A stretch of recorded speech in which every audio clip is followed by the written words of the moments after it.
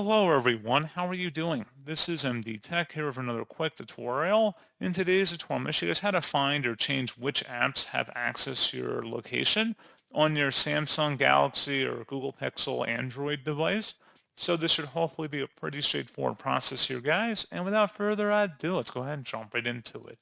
All you have to do is swipe up on your home screen and select the setting gear button. And then you want to go down and select the location tile. So right now location is turned off for location tracking, but if you enable it by clicking inside the oval, you'll see apps by selecting the See All button, and any apps that have access to your location settings should appear down here.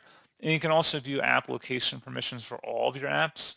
And then you would just select whatever apps you want to specifically customize it for. And you can select a few different options here if you want to allow location tracking only when using the app. You can ask every time you open up the app, don't allow, and you can also turn on precise location tracking as well, either on or off. So pretty straightforward process on that, guys. And as always, thank you for watching.